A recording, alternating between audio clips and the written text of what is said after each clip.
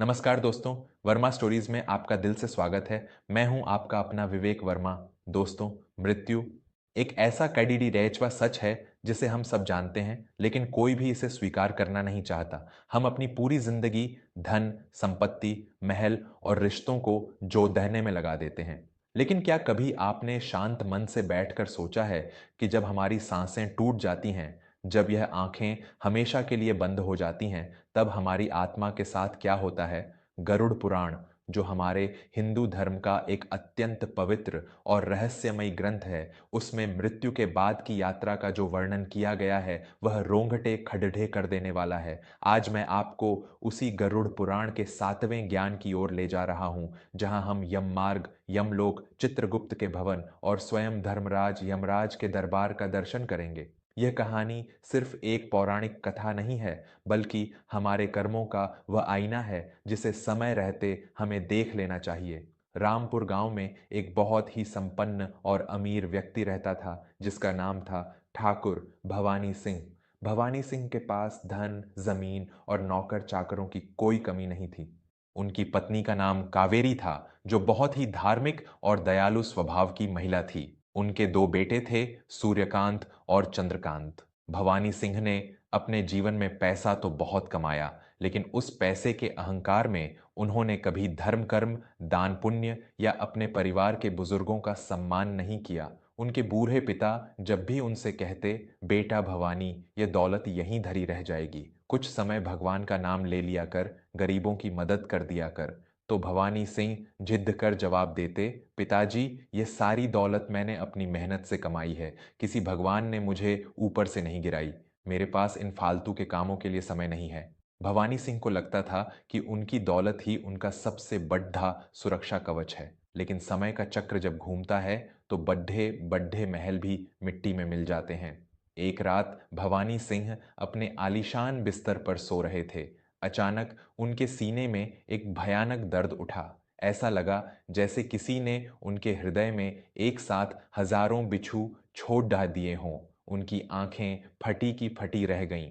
वह कुछ बोलना चाहते थे, अपनी पत्नी कावेरी को आवाज देना चाहते थे, लेकिन उनके गले से कोई आवाज नहीं निकली। गरुड़ पुराण के अनुसार जब मृत्यु का समय करीब आता है, तो मनुष्य की दिव्य दृष्टि खुल जाती है। भवानी सिंह ने अपने बिस्तर के पास दो अत्यंत भयानक आकृतियों को खड़े देखा। वे यमदूत थे। उनके शरीर कोयले के समान काले थे, आंखें लाल अंगारे जैसी चमक रही थीं और उनके हाथों में भयंकर पाश, रस्सी और दंड थे। भवानी सिंह की आत्मा भय से कांप उठी। यमदूतों ने भवानी सिंह के गले में वह यमपाश डाला और एक झटके में उनके सूक्ष्म शरीर को उनके भौतिक शरीर से खींचकर बाहर निकाल लिया। भवानी सिंह की आत्मा अब अपने ही शरीर को बिस्तर पर निर्जीव पड़धा देख रही थी। कावेरी उठ चुकी थी और विलाप कर रही थी। सूर्यकांत और चंद्रकांत दौड़े कर कमरे में आए और अपने पिता के मृत शरीर को देखकर रोने लगे। भवानी सिंह की आत्मा चीख चीख कर कह रही थी, कावेरी, सूर्यकांत, मैं मरा नहीं हूं, मैं यही हूं, मुझे बचा लो, इन भयानक दूतों से मुझे बचा लो। लेकिन उनकी आवाज उस मृत्यु लोक की सीमा को पार नहीं कर सकती थी। यमदूतों ने भवानी सिंह को कठोरता से बांधा और बोले, मूर्ख प्राणी, जीवन भर तूने जिस धन और परिवार के अहंकार में पाप किए, आज वे कोई भी तेरे काम नहीं आएंगे। अब चुपचाप हमारे साथ यमलोक के मार्ग पर चल।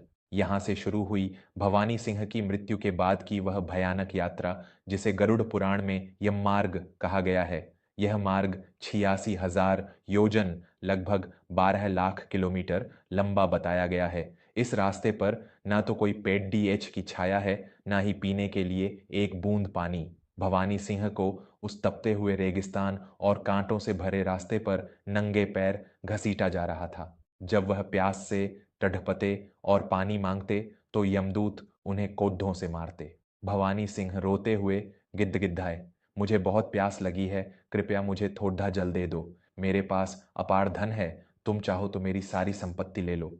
एक यमदूत ने अट्टहास करते हुए कहा, हे पापी, यमलोक में तेरी पृथ्वी की कौडियां नहीं चलती, यहाँ सिर्फ मनुष्य के पुण्य काम आते हैं। तूने अपने जीवन में किसी प्यासे को जल नहीं पिलाया, किसी भूखे को अन्न नहीं दिया, तो आज तुझे यहाँ जल कैसे मिल सकता है?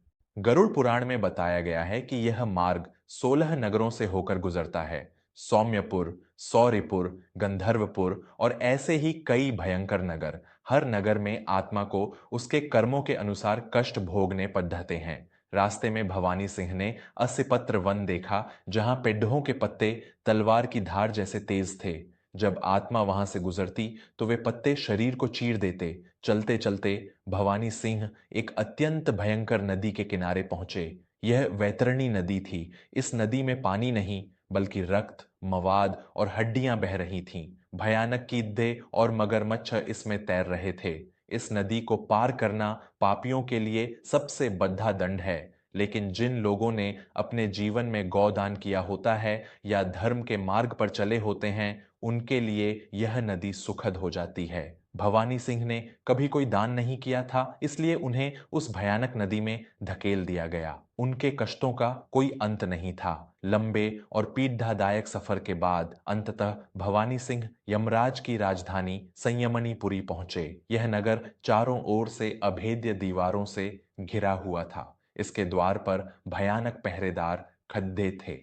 नगर के अंदर प्रवेश करते ही भवानी सिंह ने एक अत्यंत विशाल और भव्य भवन देखा। यह यमराज के प्रधान न्यायाधीश श्री चित्रगुप्त जी का भवन था। चित्रगुप्त का भवन रत्नों और मोतियों से जड्डाहा हुआ था, लेकिन पापियों के लिए वह अत्यंत खौफनाक था। जब भवानी सिंह को चित्रगुप्त के दरबार में पेश किया गया तो वहां का नजारा देखकर उनकी रूह कांप गई। चित्रगुप्त एक विशाल आसन पर विराजमान थे और उनके सामने एक बहुत बड़ी पुस्तक रखी थी, जिसे अग्रसंधानी कहा जाता है। इस पुस्तक में ब्रह्मांड के हर जीव के जन्म से लेकर मृत्यु तक के एक एक कर्म का हिसाब दर्ज होता है। चित्रगुप्त के अगल बगल श्रवण और श्रवणी बैठे थे। गरुड़ पुराण के अनुसार ये ब्रह्मा जी के पुत्र और पुत्रियां हैं, जो अदृश्य रूप से पृथ्वी पर रहकर मनुष्यों के हर अच्छे और बुरे कर्म को देखते हैं और चित्रगुप्त को उसकी सूचना देते हैं। इंसान चाहे बंद कमरे में कोई पाप करे, ये सब देख लेते हैं। चित्रगुप्त ने भवानी सिंह का पन्ना खोला और उनकी गंभीर आवाज पूरे दरबार में गूंज उठी। भवानी सिंह, तुमने मनुष्य का जन्म पाया, जो देवताओं को भी दुर्लभ है। लेकिन तुमने इस जन्म को सिर्फ अहंकार और लोभ में व्यर्थ कर दिया। तुमने अपने बूढ़े माता पिता का तिरस्कार किया, अपने ही भाइयों का हिस्सा हड्डे एछप लिया और कभी किसी गरीब की सहायता नहीं की। तुम्हारे पापों का गड्ढा पूरी तरह से भर चुका है। भवानी सिंह हाथ जोड़ ढाककर फूट फूट कर रोने लगे। हे प्रभु, मुझे क्षमा कर दें। मैं अज्ञानी था। मुझे माया ने अंधा कर दिया था। मुझे एक और मौका दे दें। मैं अपना सब कुछ दान कर दूंगा और धर्म के मार्ग पर चलूंगा। चित्रगुप्त ने कठोरता से कहा, कर्मों का सुधार मृत्युलोक में ही संभव है, यमलोक में नहीं। यहां सिर्फ कर्मों का फल मिलता है। इसके बाद भवानी सिंह को साक्षात धर्मराज यमराज के सामने ले जाया गया। यमराज का स्वरूप इतना विशाल और भयंकर था कि उन्हें देखकर ही पापी आत्माएं बेहोश हो जाती हैं। वे एक विशाल भैंसे पर सवार थे। उनके हाथ में भयानक कालदंड था। यमराज सिर्फ पापियों के लिए भयंकर होते हैं। जो पुण्यात्मा होते हैं, उन्हें यमराज अत्यंत सौम्य और शांत रूप में दर्शन देते हैं। यमराज ने भवानी सिंह की ओर देखा। उनकी आंखों से अग्नि की लपटें निकल रही थीं। उन्होंने मेघ जैसी गर्जना करते हुए कहा, हे पापी, मनुष्य का शरीर सत्कर्म करने के लिए मिलता है। जो मनुष्य अपने माता पिता, गुरु और भगवान की सेवा नहीं करता, वह नरक की भयंकर अग्नि में जलने के योग्य है। इसे ले जाओ और कुंभीपाक नामक भयंकर नरक में डाल दो। यमदूतों ने भवानी सिंह को पकड़ लिया और नरक की उस दहकती हुई आग की तरफ धकेलने लगे। भवानी सिंह जोर जोर से चीखने लगे, नहीं, मुझे बचाओ, पिताजी, कावेरी, मुझे बचा लो, मैं अब कोई पाप नहीं करूंगा। भवानी सिंह उस दहकते हुए कुएं में गिरने ही वाले थे कि अचानक अचानक भवानी सिंह की आंखें खुल गईं। उनके सीने में तेज दर्द हो रहा था। पसीने से उनका पूरा शरीर भीगा हुआ था और वह जोर जोर से हाँफ रहे थे। उनके सामने उनकी पत्नी कावेरी और दोनों बेटे चिंता में खड़े थे। एक वैद्य उनकी नाद्धि चेक कर रहे थे। कावेरी रोते हुए बोली, क्या हुआ आपको? आप अचानक सीने पर हाथ रखकर बेहोश हो गए थे। हमारी तो जान ही निकल गई थी। भवानी सिंह ने अपने कांपते हुए हाथों से अपने शरीर को छुआ। उन्हें एहसास हुआ कि वह मरे नहीं हैं, बल्कि उन्हें एक बहुत ही भयंकर और गहरा स्वप्न आया था। शायद उनके किसी पिछले जन्म के छोटे से पुण्य ने उन्हें मौत के मुंह से वापस खींच लिया था। वह सिर्फ एक सपना नहीं था, बल्कि गरुड़ पुराण के उस सत्य का साक्षात दर्शन था जो भगवान ने उन्हें सुधरने का एक आखिरी मौका देने के लिए करवाया था। भवानी सिंह फूट फूट कर रोने लगे। उन्होंने अपनी पत्नी कावेरी के हाथ जोड़दाह लिए और अपने बेटों को गले से लगा लिया। सूर्यकांत ने घबराते हुए पूछा, पिताजी क्या हुआ, आप रो क्यों रहे हैं? भवानी सिंह ने आंसुओं से भरे गले से कहा, बेटा, आज मैंने उस सत्य को देख लिया है जिसे हम सब अपनी झूठी शान में भूल जाते हैं। यह दौलत, यह जमीन सब यहीं रह जाएगी, हमारे साथ सिर्फ हमारे कर्म जाएंगे।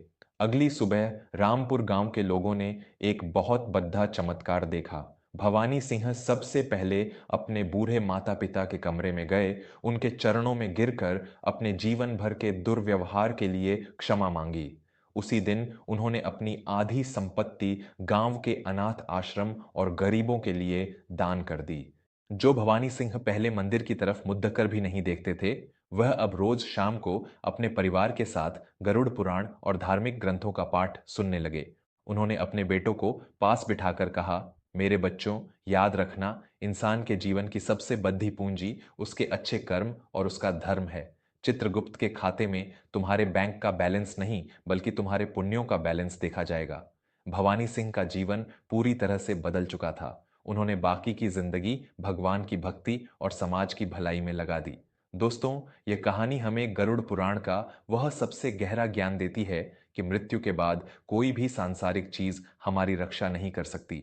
यम मार्ग का वह भयंकर सफर, चित्रगुप्त का वह निष्पक्ष हिसाब और यमराज का वह न्याय, यह सब एक अटल सत्य है। हमें समय रहते अपने कर्मों को सुधार लेना चाहिए। अपने माता पिता की सेवा कीजिए, गरीबों पर दया कीजिए और धर्म के मार्ग से कभी मत भटकिए, क्योंकि जब हमारी सांसों का खाता बंद होता है, तब हमारी सिफारिश करने वाला सिर्फ हमारा कर्म होता है। आपको गरुड़ पुराण से प्रेरित यह कहानी कैसी लगी, मुझे कमेंट करके जरूर बताइएगा।